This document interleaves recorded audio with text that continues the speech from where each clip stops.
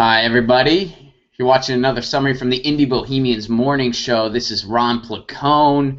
Happy Thursday. This, of course, is the last summary for the week. Today on the show, we talked about a topic that it's been in the news for a little bit. I'm a little later getting to this than I would like to be.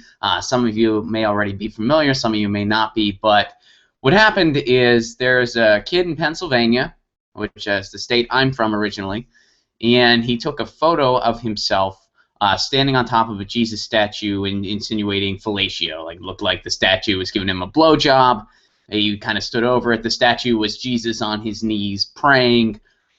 He took this photo, and it got a lot of flack. He posted it to Facebook. The authorities responded. He is facing potentially 2 years in the juvenile system because of this, and the reason is because Pennsylvania is enacting a weird law called desecration of a venerated object criminal. It's a law that's rarely enforced. It's kind of uncommon, and the law defines this desecration as defacing, damaging, polluting, or otherwise physically mistreating something in a way that the actor knows will outrage the sensibilities of people who do this. Also, people are wondering, is this obscene speech? Is this a free speech issue? Now, was what he did insensitive and not really in good taste? I would say, yeah, it wasn't a very polite thing to do. I don't endorse that type of action, but I don't think he really violated any laws here, and I think this penalty is a bit ridiculous. So first of all, let's just, from a moral standpoint, yeah, I don't think what he did was cool. I don't think it was very nice or polite, and it was, pretty insensitive to people that share a Christian narrative or whatever. But if I was judged harshly on everything I did from the age of 12 to 20, I would probably never leave my house. I'd be too embarrassed to ever go out in public, because you're a kid and you do no different. You do stupid things, you cross the line because you don't know where the line is. You know why? Because you're developing, you're learning, and as you get into your teenage years, you start to have convictions, you start to have thoughts, you start to have political leanings in some cases, you start to have all these deeper thoughts, but maybe you're not mature enough to kind of process all of them yet. Now, some people are, it's dependent on the person, but a lot of us were going through those growing pains. I remember during the Bush administration, I said some really juvenile stuff. I still feel the same way. I still feel the same way about that administration and about his presidency. But, if the Bush administration was going on today, I'd be able to express myself perhaps a bit more eloquently and a bit more mature than I was able to years ago. That's just life. That's just growing up. So, well, I think this was in poor judgment and in poor taste. He's a 14-year-old kid. So, first of all, there's that. Second of all, I'm not sure how he violated this supposed law. Okay, so first of all, let's go back to these terms here. He didn't deface anything. He didn't damage anything. There was no damage caused to the statue. He certainly didn't pollute anything.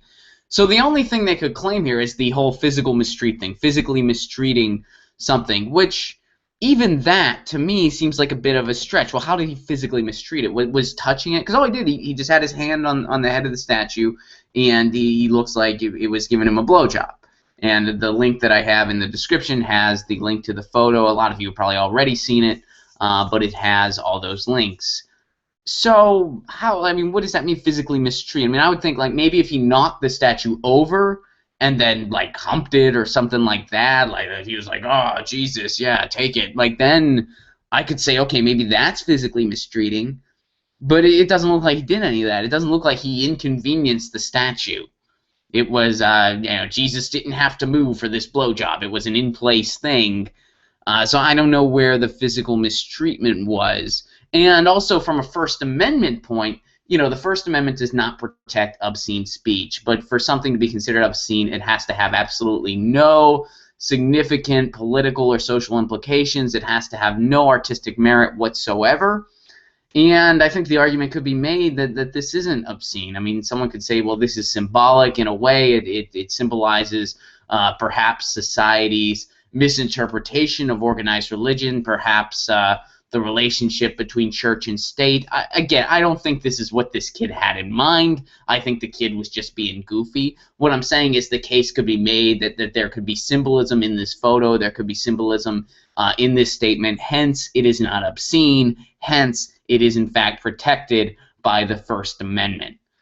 So I really don't see, no matter how you look at the law, I don't see anything that this kid violated. And even if he did, 2 years is a bit much. I mean, this kid, he's 14 years old. This could affect him when he's applying for colleges, when he's applying for jobs. And really, just taking a goofy picture and posting it on Facebook, I don't think he deserves that. I don't think. I think it's one of those things where a couple years from now, he'll be like, I was a kid and I was stupid. And that's it. He doesn't deserve to have this follow him. He doesn't deserve to have this ruin his life. When I see stuff like this, I'm glad Facebook wasn't around when I was in high school. I'm glad that I just made my mistakes on AIM, where the technology wasn't as much. And we always love to point out stuff, like Sharia law and stuff like that. We love to point at that and say, well, here in the United States, we have freedom of expression and freedom of speech. Well, I was like, well, look at this case. Sometimes we do the same thing, especially when it comes to religion and stuff like that. So leave your comments below. What do you think about this? Do you think 2 years is a fair punishment? I, of course, do not, and our general consensus on the show was that, first of all, this kid didn't really violate any laws. He did something in poor taste, sure, but that doesn't violate a law. People do stuff in poor taste all the time. That's not law violation, so I don't think he should be facing any consequences at all, let alone something as extensive as 2 years in the juvenile system. I think that's absolutely ridiculous. I think it's absurd, and I feel bad for this kid because, well, I think what he did was not in the best of taste and was insensitive. He's a kid. He's 14. Come on. And honestly, this statue, if you look at the picture, the statue on its knees and stuff, there's no way he's the first person to think of this. And there's no way that, it is kind of like a statue that leads to that, where you can kind of make that association pretty easily. Jesus is on his knees, he's kind of looking up. So it's, I don't know. I'm not saying that if I walked past that statue, I wouldn't be able to resist the urge. That's not what I'm saying. But I'm saying, 14-year-old kid. It's a juvenile thing. I'm sure he's not the first person to think of that. I think we're overreacting a lot here. Well, not we, but the state of Pennsylvania is overreacting very significantly in this case. And I'm glad we finally got to talk about this. Happy Thursday. I'll be coming back at you next week. And, of course, my college run starts shortly, so content's going to be a little more sporadic because I got a couple blocks of colleges. It is fall. It is the thick of that season. I'm looking forward to it, but it means I'm not going to be able to tune in quite as much, so please bear with me. I will be posting schedules and days off on the feed to keep you guys updated on all that. But thanks for tuning in. I'll be talking to you Monday, and have a good weekend. You've been watching a summary from the Indie Bohemians Morning Show, and this is Rob Placone signing out. Also, ironically enough, I happen to be wearing a Bad Religion t-shirt right now.